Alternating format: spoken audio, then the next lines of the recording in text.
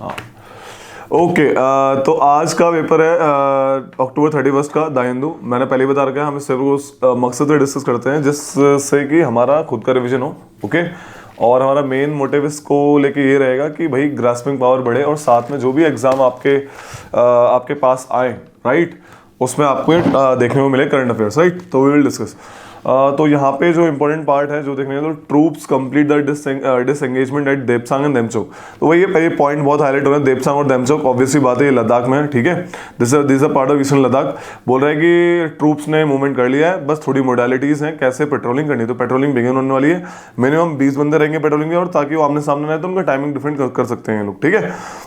5 ऐसे पॉइंट्स हैं लद्दाख में, बॉर्डर पर्सनल मीटिंग पॉइंट्स, मतलब पूरे LSC पे 5 है, ठीक है भाई। कौन कौन से हैं? Bumla and Kibithu in Arunachal Pradesh, Chushul and Daulat Beg Oldi in Ladakh and Nathula in Sikkim. Okay, इतना याद रखना है यार आप। बुमला और Kibithu in Arunachal Pradesh, Chushul and Daulat Beg Oldi Ladakh and Sikkim में है नाथुला। तो 3 जगह पे बेसिकली, सिक्किम में नाथुला, बुमला एंड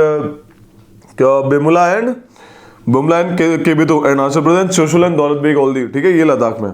तो ये आपके 5 ऐसे क्या है बॉर्डर पर्सनल मीटिंग पॉइंट्स है जहाँ पे ये वाला हम सेट होगा। And apart from this buffer zone हम तय करेंगे, तो ये वाला एक बेसिक पार्ट है।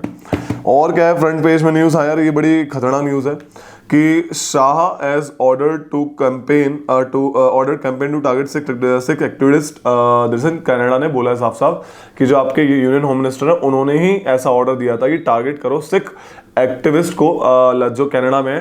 ये बहुत बड़ा केस चल रहा है, आपका निज्जर केस है, दैट इज हरदीप सिंह निज्जर, जिसकी डेथ हो गई है जून 2023 में। ये कनाडा के सेपरेटिस्ट लीडर थे जो इंडिया में लाइक खालिस्तानी मूवमेंट जो प्रमोट करते थे, राइट। तो ये वाला पार्ट है। तो ये वाले पार्ट को देखते हुए तो कनाडा ने एलिगेशन लगाया कि भाई सारा का सारा ऑर्डर जो है इसको आपके जो यूनियन होम मिनिस्टर इंडिया के उन्होंने करवाया था। खैर, दिल्ली की एयर क्वालिटी वेरी पुअर में आ चुकी है भाई, ठीक है, और भी खराब होने वाली दिवाली के बाद। तो please gentleman and gentle ladies, I want you अर्ज कि भाई ठीक है, पटाखे जो है लाइक एक पहले कभी दीपावली का बहुत अच्छा पार्ट होता था, अभी भी है, कोई दिक्कत नहीं है। बट दिक्कत यह है कि हमें प्रायोरिटी सेट करनी है। प्रायोरिटी इज और एयर क्वालिटी बहुत खतरनाक तरीके से डेटोरेट हो रही है। तो बेटर इज कि अभी पटाखे ना फोड़ें, ठीक है। और अपना यार मिठाई खाओ, आराम से दोस्तों से मिलो, रेदर देन ये पटाखे ड्रामा फालतू का। ओके, तो ये वाला पार्ट है। Now will come to world page, क्योंकि हम हमेशा यही करते हैं, आपसे सीधा क्या बोलते हैं, हम जाते हैं वर्ल्ड पेज पे। वर्ल्ड पेज पे आके हम देखेंगे अपनी न्यूज़, तो हमें देखेंगे वर्ल्ड पेज पे जो इम्पोर्टेंट है हम देखते हैं। यहाँ पे एज सच मुझे कोई इंपॉर्टेंट नहीं दिखी है। जो इम्पोर्टेंट वाला पार्ट है वो है कि भाई Afghan women can not pray loudly और recite in front of other women. Taliban ने ऐसा बोला है। तालिबान की मॉरलिटी पुलिस ने बोला है, मॉरलिटी मिनिस्ट्री ने बोला है कि अफगान वुमेन ना ही जोर से बोल सकती है, ना ही जोर से बोल के कुरान पढ़ सकती है किसी अदर ग्रोन वुमेन के सामने। ओके, क्या ही सिस्टम है, ठीक है, जैसा भी है, तालिबान को जैसे ठीक लगा वो कर रहे हैं, but this is something very very very very. खैर, हम आते हैं टेक्स्ट एंड कंटेक्स्ट पेज पे, ठीक है। Text and context page is on page 10। हम इसकी बात करेंगे। यहाँ पे एक बड़ा प्यारा पार्ट आया है आपका, यहाँ पे प्यारा पार्ट आया कि कैसे यूएस में इलेक्शन होता है। देखो यार, यूएस में प्रेसिडेंशियल इलेक्शन होता है इलेक्टोरल कॉलेज से। इलेक्टोरल कॉलेज के मेंबर्स होते हैं आपके, जो इलेक्टोरल कॉलेज के जो आपके लगभग मेंबर्स हैं, मैं आपको बताता हूँ कि ये रहा, हाँ। तो आपके 538 मेंबर्स हैं, ठीक है, 538 मेंबर्स हैं आपके इलेक्टोरल कॉलेज के लिए, जो कि यूएस के प्रेसिडेंट को इलेक्ट करता है। यानी कि यूएस के प्रेसिडेंट को कम से कम 270 वोट चाहिए जीतने के लिए। अब इलेक्टोरल कॉलेज है क्या, पूरे यूएस के जो स्टेट्स हैं वो लोग क्या करते हैं, इलेक्टोरल कॉलेज के मेंबर्स को मेंबर बना, इलेक्टोरल कॉलेज के इलेक्टर्स को बनाने के लिए वोट करते हैं। यानी कि ये 3 स्टेप प्रोसेस है। पहला स्टेप जो आपका आएगा, पहला स्टेप वोटर्स वोट करेंगे इलेक्टोरल कॉलेज के इलेक्टर्स को इलेक्ट करने के लिए। वो बंदे इनकी तरफ से आएंगे, क्या बोलेंगे कि हम अब प्रेसिडेंट इलेक्ट करेंगे। तो this is something like that. ये बीच वाले बंदे थर्ड बंदे को यानी प्रेसिडेंट को इलेक्ट करते हैं, ताकि आपका वही इनका जो भी सिस्टम होगा ना, तो इलेक्टोरल कॉलेज इलेक्ट करता है। इलेक्टोरल कॉलेज में होते हैं 538 बंदे यूएस, और जीतने वाले बंदे चाहिए 270 बंदे। इसमें एक आता है word who are called faithless elector. जिन बंदों ने, जिन स्टेट, यूएस के स्टेट के बंदों ने आपके जो है इलेक्टर्स इलेक्ट करे इलेक्टोरल कॉलेज के, अगर वो बंदे उनके हिसाब से अलग वोट डालते हैं तो वो उन्हें फेथलेस इलेक्टर कहते हैं। ठीक है भाई, डाल सकते हैं जायज बात है, लेकिन उन्हें फेथलेस इलेक्टर बोलेंगे। ओके, ये फेथलेस इलेक्टर होते हैं। मान लो अगर इलेक्टोरल कॉलेज में वोट करो, टाई हो गया, ठीक है, टाई हो गया, क्योंकि ऑब्वियस है आपके पास इवन नंबर ऑफ वोट्स है 538, और ये टाई हो गया। टाई हो गया तो यूएस का इलेक्शन का मैटर जाता है हाउस ऑफ रिप्रेजेंटेटिव्स में। वहां पे क्या होगा, वहां पे जो आपके हाउस ऑफ रिप्रेजेंटेटिव है, as per article 2 of the US constitution, as per 12th amendment act of the election, 535 members जो होते हैं वो आपके जो सोन होंगे यूएस हाउस ऑफ रिप्रेजेंटेटिव में, वो वोट डालेंगे। ओके, और यहाँ पे होता है फेयर मामला, each state get 1 vote, each state get 1 vote. तो मिनिमम जो जीतने के लिए चाहिए तो उसको 26 वोट चाहिए, क्योंकि यूएस में सीन क्या है 50 स्टेट्स हैं। ठीक है, तो इसमें कोई मेंबर वाला पार्ट नहीं होता। यहाँ पे हर स्टेट को मिलेगी 1 वोट, एक स्टेट से 1 ही वोट जाएगा, और मिनिमम 26 वोट चाहिए होंगे यूएस के प्रेसिडेंट को बनने के लिए। Apart from this, house of representative election करते हैं आपका किसका, प्रेसिडेंट का। सेम टाइम पे लाइक अलग टाइम पे आपका सेनेट में इलेक्शन होता है vice president of the USA का। तो इससे पंगा क्या होता है, दोनों अलग अलग टाइम पे, तो ये चांस होता है प्रेसिडेंट किसी और पार्टी का बन गया और वाइस प्रेसिडेंट किसी और पार्टी का बन सकता है। So this is something like that. ये ऐसा पार्ट इसमें दिया हुआ है, इलेक्टोरल कॉलेज सिस्टम बहुत अच्छे से समझाया हुआ है। मैंने आपको एक हल्का सा आइडिया दे दिया है। बेसिकली आने वाले टाइम में 5 नवंबर को इलेक्शन होगा यूएस प्रेसिडेंट का। ओके, और ये 47th इलेक्शन प्रेसिडेंट बनेंगे, और ये इलेक्शन कौन सा होला इनका, 60th क्वाड्रिएनल इलेक्शन के 4 साल के लिए प्रेसिडेंट बनता है यूएस का। हमारे यहाँ पे 5 साल के लिए बनता है। ठीक है, ये वाला सिस्टम है। ये बोल रहा है कि भाई गोल्ड प्राइसेस बढ़ रहे हैं, इसके क्या रीजंस हैं, ऐसा क्यों हो रहा है। मैं बता रहा हूं यार आपको, इंडिया में गोल्ड प्राइसेस लगभग 7513 ग्राम का बन रहा है। ये लगभग 92,767 12 ग्राम यानी 1 तोला का गोल्ड बनता है। ठीक है, गोल्ड प्राइस कैसे पता लगता है, तो गोल्ड प्राइस क्या है, सेफ्टी क्वेश्चन है। जहां पे मान लो क्या होता है, इंडिया के जो सेंट्रल बैंक, मतलब इंडिया का सेंट्रल बैंक है, वर्ल्ड के सेंट्रल बैंक है टर्की, ठीक है, टर्की का बैंक, पोलैंड का, ये लोग क्या कर रहे हैं, गोल्ड खरीदे जा रहे हैं। रीजन इज बीइंग इतनी अनसर्टेनिटीज है, वॉर चल रहा है, यूक्रेन रशिया वॉर, आपका इजराइल हमास कॉन्फ्लिक्ट चल रहा है, वर्ल्ड में सप्लाई चेन डिस्टरप्टेड है। तो क्या होता है, किसी भी वर्ल्ड की करेंसी ऊपर नीचे फॉल होती रहती है। ठीक है, इससे पंगा क्या होता है कि उससे रेट अलग मिलता है, बट गोल्ड का रेट होता है भाई सिस्टम की बढ़िया। तो गोल्ड इसलिए खरीदते हैं लोग कि ताकि इसको हम किसी भी करेंसी में कन्वर्ट करके हम इसको आराम से इसको लिक्विडिटी में बदल सकते हैं। पहला पार्ट तो ये। ठीक है, आपका क्योंकि गोल्ड के जो दाम होते हैं वो डॉलर में बताए जा रहे हैं, और आने वाले टाइम अगर डॉलर फ्लक्चुएट हो गया तो गोल्ड के दाम ऊपर नीचे हो जाएंगे, और अल्टीमेटली फॉरेक्स रिजर्व, गोल्ड के दाम बोल रहा हूँ, फॉरेक्स रिजर्व ऊपर नीचे हो जाएगा, ultimately it will hamper, right. तो इसलिए गोल्ड लोग खरीदना पसंद करते हैं। और आने वाले टाइम में आप देख रहे हो, अभी नवंबर स्टार्ट होने वाला, फेस्टिव सीजन है, वेडिंग सीजन है, गोल्ड के प्राइस बढ़ सकते हैं, डिमांड बढ़ेगी। तो ऐसा इसमें बोला गया है। आने वाले टाइम में रूरल एरिया वाले लोग काफी इसको गोल्ड का कंजम्पशन करेंगे। ओके, ये वाला पार्ट है। एक बड़ी अच्छी यहाँ पे स्टोरी आई है, this is recognising the economic value of unpaid work in India.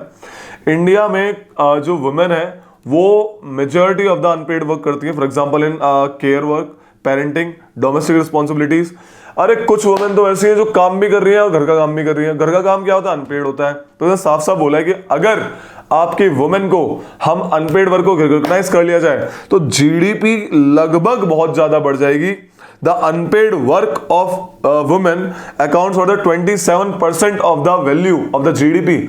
आपकी इतनी ज्यादा जीडीपी बढ़ जाएगी इंडिया की, राइट, अगर अनपेड वर्क को आप रिकॉग्नाइज करते हैं। ऐसे ऐसे बात करी गई। ऑब्वियसली बात है यार, वुमेन हमेशा मेन से ज्यादा काम करती है अनपेड वर्क वाला। वर्किंग वुमेन हमेशा वर्किंग वुमेन से ज्यादा काम करती है अनपेड वाला। ऐसा क्यों है, it is gender bias, right.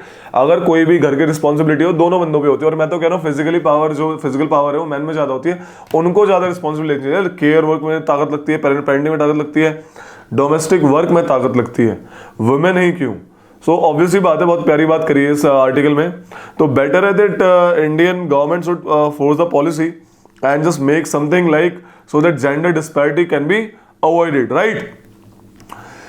हम क्या कर सकते हैं, to create policies, recognize and value unpaid work, encouraging gender equity in workforce and boosting the India's overall productivity. It is also important to explore how the pandemic has affected these inequalities and to develop policies that effectively address the issues. Okay? और क्या बोला last में उन्होंने बोला है, Though this analysis, the paper calls for future research to refine the methodologies, promote equitable recognition and redistribution of care responsibilities, ultimately enhance women's votes and labor participation. तो ये वाला पार्ट है। अगला कल इसमें क्विज आया था, बैलन डी अवार्ड मिला है, ठीक है, आपके स्पेन के दोनों बंदों को मिला है। मैं पूछना चाहूंगा किन बंदों को मिला है, लेट मी नो। यहां पे उसमें क्विज आ गया। तो first and oldest winner of बैलन डी और award is Stanley Matthews. The first French footballer to win the prize is Raymond Kopa. Only goalkeeper to win golden ball award is Lev Yashin. The first non European player to win the award is George Weah. The other woman player that has same feat as Bonmati, ठीक है, तो बताई थी इन्होंने। बोनमटी एक like female है जिन्होंने इस बार का जीता है। तो ये दूसरी वुमेन है। तो पहली वाली कौन सी थी? Alexia Putellas. For decade since 2008 since either Cristiano Ronaldo जीत रहे थे या लायन मेसी जीत रहे थे, ठीक है। The player to win before this streak and the player broke this streak is Kaka, इससे पहले जीतते थे, और लुका मॉड्रिक इसके बाद में जीतते थे। तो ये वाला पार्ट है, ठीक है। ऐसा कौन सा डिफेंडर है जिसने ये प्राइज 2 बार जीता है? फ्रांस बेकनबॉर्ग, ठीक है, फ्रांस बेकनबॉर्ग ने ये प्राइज 2 बार जीता है। ओके, तो हम आते हैं, ऐसा डिफेंडर है ये। हम आते हैं सीधा आपके एडिटोरियल पेज पे। एडिटोरियल पेज में भाई इंडिया ने बोला था, इंडिया के लिए टुवर्ड्स यूरोप, इतना प्यारा आर्टिकल दिया है। इंडिया में अभी भी विजिट किया है जर्मन चांसलर ओलाफ स्कोल्स ने और स्पेन के प्रेसिडेंट आपके पेड्रो संचेज ने, ठीक है, प्रेसिडेंट स्पेन के प्राइम मिनिस्टर। तो इन्होंने विजिट किया था। यहाँ पे बताया गया कि जर्मन का ट्रेड हमारे साथ 26 बिलियन है और स्पेन का ट्रेड हमारे साथ है लगभग आपका 10 बिलियन, ठीक है। यहाँ पे हमने बात करी है जो आपके स्पेन वाले बंदे हैं, इनके साथ हमने बात करी है रेल ट्रांसपोर्ट को आगे बढ़ाने के लिए, साथ में Airbus Tata private sector plant to assemble C295 aircraft for the Indian Air Force, जो कि वडोदरा में प्लांट सेंड किया है, ठीक है। साथ में आप देख रहे हैं कि वेस्ट एशियन क्राइसिस वाला पार्ट है, और हमने यहाँ पे इनके साथ दोनों के साथ अलग अलग हमने स्टेटमेंट इशू करी है। जर्मन के साथ हमने साफ साफ बोला है कि जो हमने हमास को कंडेम किया और बोला है कि भाई 2023 का अक्टूबर 7 अटैक बहुत खतरनाक था, उसको लाइक इजरायली हॉस्टेज को रिलीज कर देना चाहिए, हमास मस्ट डू इट। और साथ में स्पेन के साथ हमने बोला है साफ साफ कि भाई हमें इंटरनेशनल लॉ अपहोल्ड करना चाहिए, पैलेस्टीन में जो सिविलियन के ऊपर अत्याचार ढाया जा रहा है उसको रोकना चाहिए, और अल्टीमेटली व्हाट हैपन इज एक म्यूचुअल तरीके से सॉल्यूशन निकालनी चाहिए, ठीक है। ऐसा हमने दोनों अलग अलग तरीके से हमने रिपोर्ट दिया है, जॉइंट स्टेटमेंट दिया है। बेसिकली कहानी क्या है यार, वर्ल्ड अफेयर्स में इंडिया के पक्ष की बात देखी जाएगी, जो भी ऐसी बात होगी इंडिया का पक्ष रखा जाएगा। अगर वो ऐसे तो हम वैसा बोल देंगे, वो ऐसे तो वैसा बोल देंगे। तो कहानी ये है, तो India must be India, right. अगला पार्ट क्या है, बहुत प्यारी बात आई है, state should prepare to assist the vulnerable during the extreme heat waves. अभी क्या है, तमिलनाडु गवर्नमेंट ने हीट वेव्स को स्टेट डिजास्टर बना दी। ये स्टेट डिजास्टर जो है आपका एक स्टेट वेरी डिजास्टर है। इससे क्या होगा, उनको फंड मिलेगा और ultimately those who affected from the heat they will get the fund from them. Heat बहुत बड़ा पार्ट है यार, 37 डिग्री ह्यूमंस को चाहिए होता है। आने वाले टाइम में हीट बढ़ी रही है, टेम्परेचर बढ़ी रहा है। 2023 सबसे हॉटेस्ट ईयर था as per the like world organisations, okay. तो ये बहुत बड़ा पार्ट है, तो ये बहुत बड़ा वाइज स्टेप है। अगर हम ये करते हैं तो ultimately that will help in distribution of medical care, drinking water, ORS packets as well as rescheduling the working hours, okay. Payment देना ultimately it is how the things happen, okay. So ये वाला part है। तमिलनाडु की एक अलग history है, वो एक कोस्टल एरिया और साथ में हीट भी जाता है, तो वहां पे wet bulb temperature, basically humidity और साथ में टेम्परेचर एकदम चिपचिप वाली गर्मी, एकदम गर्म आहट वाली गर्मी, अल्टीमेटली लोग वहां से इस डिजास्टर से खत्म हो जाते हैं और ये बहुत ज्यादा हैम्पर हो जाता है उनकी लाइफ के लिए, राइट। अगला पार्ट है यहाँ पे, बहुत अच्छा पार्ट बोला है इन्होंने, tackle the issue of adjournment cases pendency. हमने देखा है जुडिशरी बहुत ओवरबर्डन है केसेस से, गरीब लोग जाते ही नहीं है कोर्ट में ये सोच के भाई जाएंगे वहां पे, अल्टीमेटली हमें टाइम देखना पड़ेगा, पैसा जाएगा, टाइम जाएगा, और हमेशा अमीर को न्याय मिल जाता है। ऐसा क्यों हो रहा है, तो इसमें कुछ रीजन बताएं। ये सबसे पहला रीजन तो हमारे यहाँ पे ये सिस्टम है भाई कि भाई हमारे यहाँ पे जो है पॉपुलेशन के जजेस और पॉपुलेशन रेशियो बहुत कम है। 21 जजेस हैं आपके 1 मिलियन यानी कि 10 लाख लोगों पे, और as per the recommendation 50 law commission की 120 रिपोर्ट ने बोला है कम से कम 50 जजेस होने चाहिए आपके 1 मिलियन पॉपुलेशन। देखो हाफ से भी कम है, राइट। हमारी वैकेंट पोस्ट का एकदम लाइक हमारे पास काफी जजेस की वैकेंट पोस्ट है। हमारे पास एडिशनल जजेस को 2 से ज्यादा चार्ज दिए जाते हैं। हमारे पास स्पेशल कोर्ट है, ठीक है, स्पेशल कोर्ट बनाई जाती है, इनको ज्यादा चार्ज दिया जाता है। फोर्थ, हमारे पास क्या है, इंफ्रास्ट्रक्चर की कमी है। हमारे पास विटनेस को लाने के लिए कमी है। हमारे पास जब हम नया कोई बिल आता है हम ये नहीं देखते कि उस बिल से कितने केसेस आएंगे और जज पे क्या बर्डन पड़ेगा। अरे यार जजेस ओवर टाइम काम कर रहे हैं टू बी ऑनेस्ट, और ये दिक्कत क्या हो रही है, उनकी स्ट्रेंथ की कमी है। Most of the high courts the pendency of the justice are vacant places, right, okay, वहां पे ज्यादा प्लेसेस वैकेंट हैं, जजेस है ही नहीं, केस कौन सॉल्व करेगा। सुप्रीम कोर्ट पे अपीलेट जुडिशियल इतना आता है, ये 34 की सैंक्शन है, उतने उन पे ज्यादा बर्डन हो जाता है। तो यही इन्होंने प्रॉब्लम बताई है, कितनी प्यारी प्रॉब्लम बताई है कि पहला तो जजेस वर्सेस पॉपुलेशन रेशो कम है, 21 रेशो है पर मिलियन पॉपुलेशन पे, और 120 लॉ कमीशन रिपोर्ट ने बोला कि 50 होने चाहिए पर मिलियन पे, ठीक है। साथ में क्या बोला है, वैकेंट पोस्ट है जजेस की। थर्ड क्या बोला है इन्होंने, एडिशनल जज को 1 और मोर इससे ज्यादा चार्ज दिया जाता है, स्पेशल कोर्ट बनाते तो ये वाला काम करते हैं। जब भी हम कोई नया बिल लाते हैं हम क्या करते हैं, वहां पे हम ये नहीं देखते इसका जुडिशियल इंपैक्ट क्या होगा। थर्ड, इसमें क्या है, विटनेसेस को कोर्ट में आने के इनऑर्डिनरी डिलेज होते रहते हैं, ये वन ऑफ द थिंग है कि भाई ये ज्यादा बर्डन हो रहा है। राइटर ने आपके सजेशन दिए, बोला मीडिएशन, मतलब कोर्ट मैनेज वाले एक मीडिएशन वाला प्रोसेस देख लीजिए। अगर दोनों के दोनों मिलके आपका बोलते हैं कि चलो ठीक है कि मीडियम जो मीडिएटर होगा, जो कि अनबायस्ड बंदा होगा, वो अगर केस सॉल्व कराए तो that is okay. Apart from this उन्होंने एक बात बोली है कि we can quote the justice M Jagannatha Rao committee report, जिन्होंने बोला है कि कोई भी नया बिल लाने से पहले, कोई भी नया लॉ इंप्लीमेंट करने से पहले हमें ये देखना चाहिए कि उस लॉ के होने से कितने केस आएंगे। अगर उस केस आते हैं तो उसके हिसाब से कोर्ट को मोल्ड करना चाहिए, उसका इंफ्रास्ट्रक्चर बढ़ाना चाहिए, वैकेंसी फिल करनी चाहिए, स्टाफ बढ़ाने चाहिए, नंबर ऑफ कोर्ट बढ़ाने चाहिए, जजेस बढ़ाने चाहिए, ओके, ये चीज हमें देखनी चाहिए। तो ये वाला पार्ट है। अगला इसमें बहुत पहला आज आर्टिकल आया स्टैटिस्टिक्स के ऊपर, the politics of data based policy making. देखो यार, डेटा के ऊपर बात करी गई है कि हमारे, आपने देखा है कि डेटा के हम क्या पता लेते हैं, कोई देश ग्रो कर रहा है नहीं कर रहा, ठीक है। Measures and data basis tells the story of countries growth, important to citizen, policy maker and international audiences, right. लेकिन हम क्या करते हैं, डेटा एक रियल पिक्चर हमें नहीं देता। रीजन इज बीइंग, मान लो हमने बोला जनधन अकाउंट बहुत सारे खोले गए, ठीक है, इनफैक्ट वर्ल्ड रिकॉर्ड क्रॉस कर दिया एक दिन में जनधन अकाउंट बनाने में। लेकिन राइटर ने बोला इनके पास एक केस स्टडी है जहां पे गवर्नमेंट बैंक्स के बंदे आदिवासी ब्लॉक में गए थे और वहां पे जाके उन्होंने क्या करा, 7-7 अकाउंट खोल दिए। लेकिन वो अकाउंट होल्डर्स, उनके पास कभी ना तो पासबुक आई, ना उनको पता है कि भाई हमारा बैंक अकाउंट क्या है, कहाँ पे है, कुछ नहीं पता। साथ में उनके पास जो डायरेक्ट बेनिफिट ट्रांसफर रुपए आते हैं बैंक में, वो उनको एक्सेस ही नहीं कर पाते क्योंकि ऑब्वियस रिकॉर्ड ही नहीं है। तो ये एक नंबर्स है, ये एक रियल टर्म्स में कहानी अलग है, राइट। एक तो इन्होंने ये केस लिया कि भाई ऐसा वाला पार्ट होता है।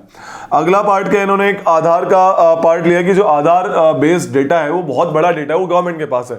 ये तो है तो गवर्नमेंट आपको क्या बोलते हैं, गवर्नमेंट एक्सेस कर पाती है, फिर प्राइवेट प्लेयर्स। फॉर एग्जांपल आप जितनी भी पेमेंट करते हो फोन पे से, गूगल पे से, ये कहीं ना कहीं आपको ये जाती है आपके उन रेगुलेटर्स के पास कि भाई इस बंदे ने इतना सामान खरीदा। तो एक डेटा एनालिसिस आता है कि भाई अच्छा इसकी डिमांड ज्यादा है तो ये चीजें बनानी चाहिए, तो आपका डेटा बिक जाता है, राइट। इसको नॉर्मल जर्नलिस्ट हैंडल नहीं कर पाते, नॉर्मल जनता के सामने डेटा कभी नहीं आता। तो फिलहाल बात करिए सेंसस की। सेंसस जो है एक डिकेडल एक्सरसाइज है, अभी तक डेटा नहीं आया है, आना 2021 में, लेकिन अभी तक नहीं आया है, बोला कि 2025 शुरू करेंगे, राइट। तो ये वाला पार्ट है। तो इन्होंने जनधन योजना की बात करी थी, इन्होंने ई श्रम पोर्टल की बात करी। ई श्रम पोर्टल में सिस्टम क्या हुआ कि भाई आपने जो लोगों ने डेटाबेस बनाया उसमें काफी इरेगुलरिटीज है, हाउस वाइफ, टीचर्स, और इनके लिए वो है ही नहीं वाला पार्ट, राइट। तो ये वाला पार्ट है। तो बेसिकली हमें क्या करना चाहिए, तरीके से सिक्योरिटाइज करना चाहिए डेटा को। हमें इस तरीके से डेटा सेट करना चाहिए कि लोग जो डेटा बनवा रहे हैं अल्टीमेटली उनके पास काम हो, ठीक है।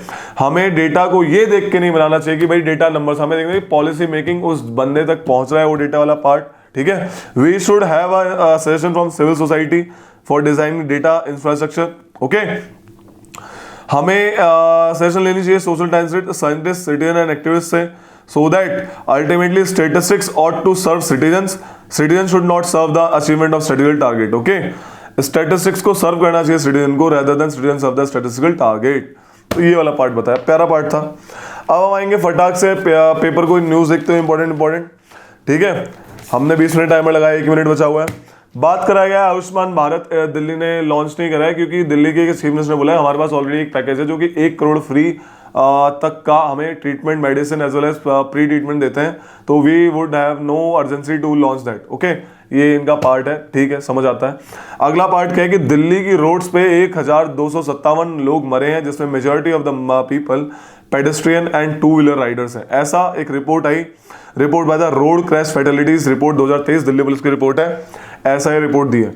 तो बेसिकली वही है यार, काफ़ी टू व्हीलर्स क्या होता है, हेलमेट नहीं पहनते हैं, साथ में पेडेस्ट्रियन, ऑब्वियसली बात है फुटपाथ पे चलते हैं, लेकिन still there are like lots of accident. इन्होंने कुछ हॉटस्पॉट देखे हैं 10-15 जगहों पे, और वहाँ पे इन्होंने बात करी कि हम रोड डिजाइनिंग इंफ्रास्ट्रक्चर देखेंगे। अपार्ट फ्रॉम दिस, जो मैंने देखा है अपनी पर्सनल लाइफ में, मैंने देखा है पोर्टल्स काफी होते हैं आपका ना, कभी भी स्पीड ब्रेकर शुरू होता है, कभी भी गड्ढे शुरू होता है, नोबडी नोज। इनफैक्ट अगर मैं यूपी की बात करूं, दिल्ली की बात करूं और अदर स्टेट की बात करूं, तो भाई दिल्ली से तगड़ा रोड इंफ्रास्ट्रक्चर नहीं है, क्योंकि मैंने देखा भाई गड्ढे गड्ढे हैं भाई बाहर एरिया में, और सबसे बढ़िया लॉ फॉलो होता है दिल्ली में, इंस्पाइट ऑफ इतने सारे एक्सीडेंट। बहुत बड़ी बात है, बहुत बड़ी बात है to be think about, right. तो ये वाला पार्ट है। पोर्टल्स भर दो, एक जो शार्प टर्न्स आते हैं वहां पे कुछ लाइक अच्छे से साइन बोर्ड लगा दो, जिससे कि लोगों को पता लगे। लाइटिंग बढ़ा दो, काफी जो बाइक्स होती हैं उनकी लाइट खराब होती है, ultimately what happen, they just ride in haphazard manner. बिना लाइसेंस वाले लोगों को ड्राइव नहीं करना चाहिए, अल्टीमेटली ऑब्वियसली बात है वो अपनी भी जान खतरे में डालते हैं, दूसरों को भी डालते हैं, right. Strict implementation of loss होने चाहिए। तो ये वाला पार्ट है। देखो 20 मिनट खत्म हो चुके हैं, हम नया टाइमर स्टार्ट कर रहे हैं। तो ये वाला पार्ट है, ठीक है। अगले पार्ट पे आते हैं जो इंपॉर्टेंट होता है। तो हम पेज पलट रहे हैं, ये हमने एडिटोरियल कर ही लिया है। हम अगले पार्ट पे आएंगे, ये भी कर लिया हमने। हम अगले पार्ट पे आएंगे, हमने क्या करा है, हमने हाँ ये India joint steering committee of asset recovery network. Asset recovery network Asia Pacific वाला पार्ट में इंडिया ने स्टीयरिंग कमेटी ज्वाइन कर लिया है। इंडिया की तरफ से जो नोडल एजेंसी वहां पे जगह वो हो गया है एनफोर्समेंट डायरेक्टरेट। इससे फायदा क्या होगा, इससे फायदा ये होगा कि भाई जो भी लोगों का एसेट बाहर है, अगर वो इलीगल तरीके से रखा गया तो उसकी इन्फॉर्मेशन इंडिया को मिल जाएगी, अल्टीमेटली एक देश के लिए फ्रॉड रिमूव करने में काम आएगा। एसेट रिकंस्ट्रक्शन नेटवर्क जो है ये एशिया पैसिफिक, ये पार्ट है कैरन का। CARIN stands for Camden Asset Recovery Inter Agency Network. ये non government organisation, non profit organisation जो ये काम करती है, ओके। अगला पार्ट है Hindu groups dismayed after Canadian operation leader pulls out Deepavali event. Generally Deepavali event बनाया था कनाडा में, लेकिन वहां के जो आपके बंदे हैं जो ऑपरेशन लीडर हैं, that is Perry Poliver, because of this case of this Nijjar killing and all, इससे पंगा क्या हुआ है कि उन्होंने बोला कि मैं दीपावली इस बार नहीं मनाऊंगा। अगले पार्ट पे आते हैं। अगले पार्ट पे हम देखते हैं जो इंपॉर्टेंट न्यूज है, बढ़िया वाली न्यूज देखते हैं। हाँ भाई देखो क्या हुआ था जब 36 रफेल आए थे फ्रांस से। तो 36 रफेल जो आए थे हमने देखा था उसमें काफी इरेगुलरिटीज थी। तो गवर्नमेंट ऐसा डिस्कशन कर रही है कि ऐसा नया तरीका बनाया जाए जिससे कि एयरक्राफ्ट ट्रांसपेरेंट तरीके से आए, बिना किसी इल इक्विप्ड मतलब कि कंट्रोवर्सी के, राइट। लेकिन इस चक्कर में क्या हो रहा है, डिले हो रहा है। तो आईएएफ चीफ ने बोला कि डिले काफी हो रहा है, हमें भैया हमें चाहिए भाई फाइटर एयरक्राफ्ट। हमारे करीब करीब जो है अपना सिस्टम क्या है, हमारे पास सैंक्शन स्ट्रेंथ है आपके स्क्वाड्रॉन की लगभग 52, ठीक है, लेकिन अभी तक बहुत ही कम फिल हो पाई है, ऐसा आईएएफ चीफ ने बोला है। तो ये वाला पार्ट है। तो इन्होंने बोला है कि भाई ऐसा सिस्टम है कि भाई जल्दी जल्दी हमें फाइटर एयरक्राफ्ट दो। तो हमारे पास 30 फाइटर स्क्वाड्रन और 42 जो है हमारे पास क्या है स्क्वाड्रन स्ट्रेंथ है। 30 ये 12 स्क्वाड्रन खाली पड़े हैं, बताओ यार, है ना। तो ये सिस्टम है। तो इन्होंने बोला कि भाई ऐसा है, हमें जल्दी जल्दी फाइटर दो, ये ठीक है आप डिजाइन करो, but ultimately what we want is we want the fighter aircrafts, okay. Next part is यहाँ पे ईपीएफओ का way of calculation of the pension for the retirees as well as the working members एक issue बन रहा है। PSU के officers ने मोदी जी का डोर खटखटाया है, बोला है कि भाई इस पे थोड़ा काम करो।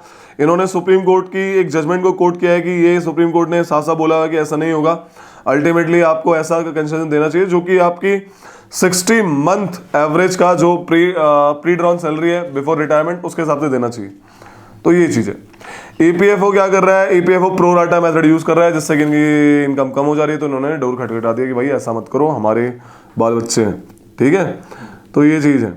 अगला पार्ट क्या, इंडियन फार्मा बोला है कि आने वाले टाइम में अमिड फोर्थ फ्लूइड्स कम होने वाले हैं, ठीक है, क्योंकि हरिकेन हेलेन ने यूएस में टकराया था इसने कि वहां की आपकी कंपनी को डिस्ट्रॉय कर दिया है।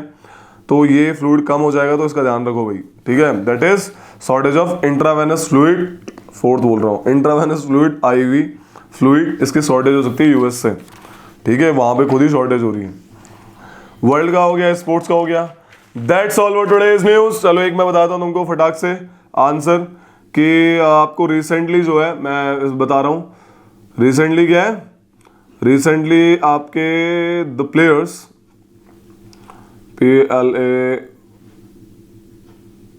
प्लेयर्स हु गॉट बैलन डी अवार्ड बैलन डी अवार्ड। तो दीज आर द प्लेयर्स जो अभी अभी इनको मिला है। ठीक है भाई, आपका सबसे ज़्यादा मिला है मेसी साहब को 8 टाइम। ठीक है, और उसके बाद रोनाल्डो को 5 टाइम। 1956 से मिलना शुरू हो गया है। इस बार के जो बंदे हैं वो हैं आपके, बताते हैं रॉड्री। ठीक है, रॉड्री है आपका, रॉड्री 1। ठीक है भाई, फ्रांस ने सबसे ज़्यादा जीता है। अर्जेंटीना के पास सबसे ज़्यादा है 8 है, वैसे मेसी है सारे उन्हीं के जी पास है, बताओ। Argentina has maximum number of बैलन डोर। रियल मैड्रिड के पास सबसे ज़्यादा है, क्लब के नाम पे बात करते हैं। ओके, तो ये चीज़ है। अगला पार्ट बात करते हैं कि भाई इस बार मैंने बताया रॉड्री और किसको मिला है, रॉड्री और बॉनमटी को मिला है। ठीक है भाई, तो ये सिस्टम है भाई। तो जय हिंद, जय भारत। आपको समझ आना चाहिए कहानी क्या है। ओके, बैलन डी और की थोड़ी कहानी पढ़ लें कि सिस्टम क्या है। द बैलन डी और golden ball is annual football award presented by the France magazine France football since 1956 to honour the player deemed to have perform the best over the previous season. ठीक है भाई, France football नाम की magazine वो present करती है। 18 दिसंबर 1956 से है। इस बार का बंदा है रॉड्री। ठीक है, लायन मेसी के पास सबसे ज़्यादा अवार्ड है, सबसे ज़्यादा नॉमिनेशन हुए क्रिस्टियानो रोनाल्डो 18 बार, लेकिन इनको मिला 5 बार ही है। बताओ यार कितनी बड़ी बात है। ठीक है, प्यारा सीन है, प्यारा। It's like something important. Okay, तो यही है कहानी। Enjoy bro and brother and sisters, enjoy and just enjoy यार, एंजॉय। ठीक है, that's it. Happy Diwali to all. May Lord Ram, may Lord Hanuman, may Lord Sita, may Lord Lakshman, may Lord every Lord just gives you happiness to your family, to you. मैं चाहूँगा कि आप जल्दी select हो, including me, कहीं पे भी, जिससे एक स्टेबल करियर मिले। That's all for today's news। हाँ भाई, ठीक है, so that's all।